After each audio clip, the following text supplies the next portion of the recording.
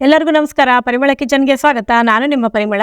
ಇವತ್ತು ನಾನು ಕೊಟ್ಟೂರು style special ಮಂಡಕ್ಕಿ ಸೋಸ್ಲಾ ಅಥವಾ ಮಂಡಕ್ಕಿ ಒಗ್ಗರಣೆ ಮಾಡುವುದು ಹೇಗೆ ಅಂತ ತೋರಿಸ್ತಿದ್ದೀನಿ. ಇದು ತುಂಬ ರುಚಿಯಾಗಿ ಇರುತ್ತೆ. ಮತ್ತು ಇದಕ್ಕೆ ಏನೇನು ಪದಾರ್ಥ ಹಾಕಬೇಕು ಅಂತ ನೋಡ್ಕೊಳ್ಳೋಣ. 5 ನಿಮಿಷದಲ್ಲೆಲ್ಲ ರೆಡಿ ಆಗಿಬಿಡುತ್ತೆ. ಬೆಳಗ್ಗೆ ಬ್ರೇಕ್ಫಾಸ್ಟಿಗೆ, ಲಂಚ್ ಬಾಕ್ಸಿಗೆ ಎಲ್ಲದಕ್ಕೂ ತಗೊಂಡೋಗ್ಬೋದು.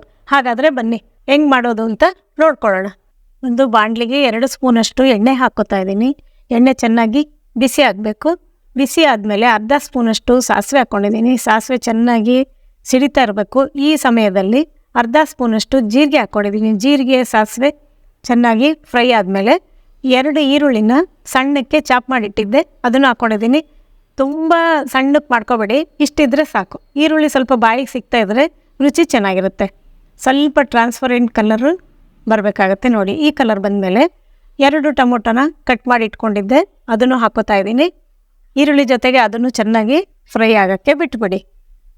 1 ರಿಂದ 2 ನಿಮಿಷದೊಳಗೆ ಚೆನ್ನಾಗಿ ಫ್ರೈ ಆಗುತ್ತೆ ನಾವು ಹಾಕಿರೋ ಪದಾರ್ಥ ಎಲ್ಲ. 1-2 ನಿಮಿಷ ಹಿಂಗೆ ಕೈ ಆಡ್ಕೋಬೇಕು, ಹಂಗೆ ಬಿಡಕ್ಕೆ ಹೋಗಬೇಡಿ.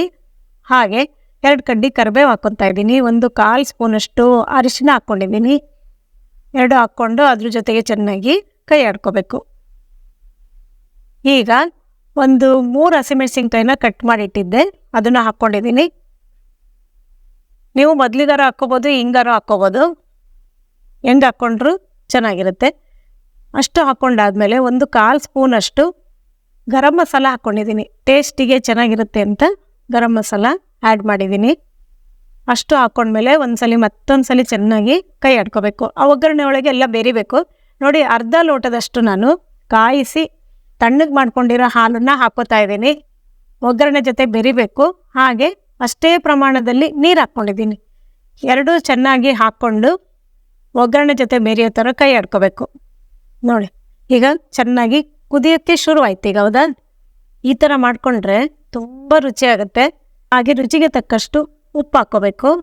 ಅರ್ಧ ಹಾಲು ಅರ್ಧ ನೀರು ನಾನು ಹಾಕ್ಕೊಂಡಿರೋದು. ಚೆನ್ನಾಗಿ ಕುದಿಯೋಕ್ಕೆ ಬಿಟ್ಬಿಡಿ.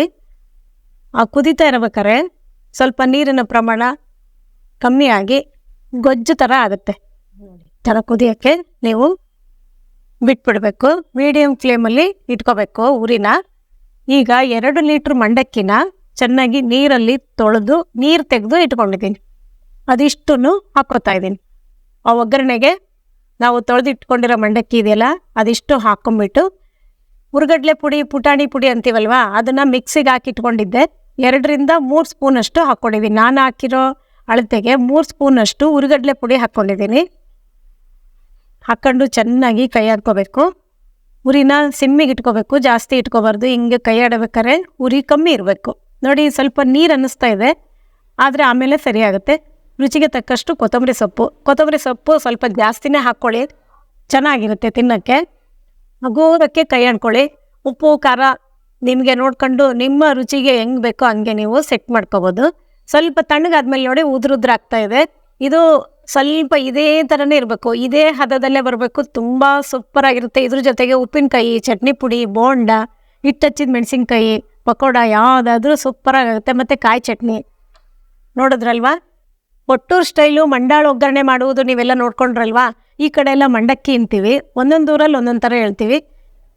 ನಿಮಗೆ ಇಷ್ಟ ಆಗಿದ್ದರೆ ಒಂದು ಲೈಕ್ ಕೊಡಿ, ಶೇರ್ ಮಾಡಿ. ನೀವು ಮಾಡಿಕೊಂಡು ಹೆಂಗೆ ಬಂತು ಅಂತ ನನಗೆ ಕಾಮೆಂಟ್ ಬಾಕ್ಸಲ್ಲಿ ನಿಮ್ಮ ಅನಿಸಿಕೆಗಳನ್ನು ಹಾಕುವುದಂತೂ ಮರಿಲೇಬೇಡಿ.